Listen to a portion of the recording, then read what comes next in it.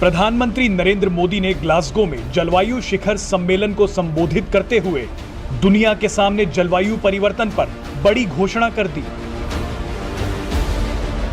PM Modi ने जलवायु परिवर्तन की चुनौती से निपटने के लिए पंचामृत यानी 5 अमृत तत्वों के बारे में बात की। प्रधानमंत्री मोदी ने बताया कि ये 5 लक्ष्य क्या हैं और कब तक पूरे हो सकते हैं।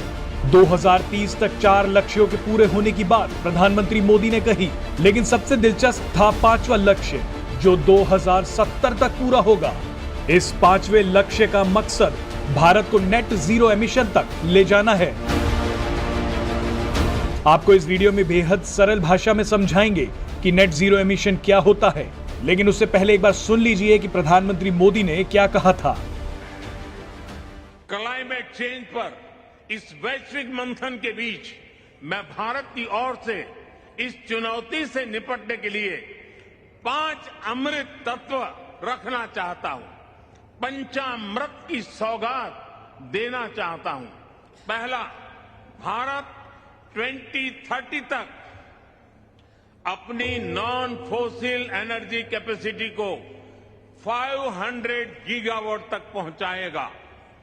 दूसरा, भारत 2030 तक अपनी 50% एनर्जी रिक्वायरमेंट रिन्यूएबल एनर्जी से पूरी करेगा।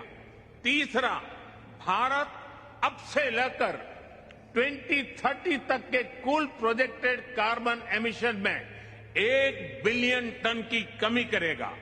चौथा, 2030 तक भारत अपनी अर्थव्यवस्था की कार्बन इंटेंसिटी को 45% से भी कम करेगा। और पांचवा, वर्ष 2070 तक भारत नेट जीरो का लक्ष्य हासिल करेगा। ये पंचामृत क्लाइमेट एक्शन में भारत का एक अभूतपूर्व योगदान होंगे। प्रधानमंत्री मोदी ने कहा कि वर्ष 2070 तक भारत नेट जीरो का लक्ष्य हासिल करेगा।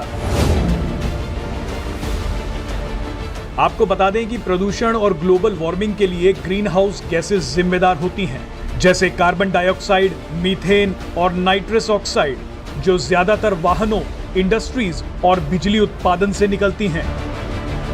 अब यहाँ नेट जीरो एमिशन का मतलब ग्रीन हाउस गैसेस का उत्सर्जन शून्य करना नहीं है, बल्कि ग्रीन हाउस गैस उत्सर्जन को दूसरे कामों से बैलेंस करना है। कुल मिलाकर ऐसी व्यवस्था तैयार करना जिसमें फॉसिल फ्यूल का इस्तेमाल ना के बराबर हो। इसे आसान भाषा में ये कह सकते हैं कि आप जितना कार्बन पैदा कर रहे हैं उतना ही उसे एब्जॉर्ब करने का इंतजाम आपके पास होना चाहिए। उदाहरण के तौर पर पेड़ पौधे हवा से कार्बन डाइऑक्साइड एब्जॉर्ब करते हैं। अगर किसी कंपनी के कारखाने से कार्बन की एक निश्चित मात्रा का उत्सर्जन होता है और कंपनी इतने पेड़ लगाती है जो उतना कार्बन एब्जॉर्ब कर सके, तो उसका नेट एमिशन जीरो हो जाएगा। यही बात देश के लिए भी लागू होती है।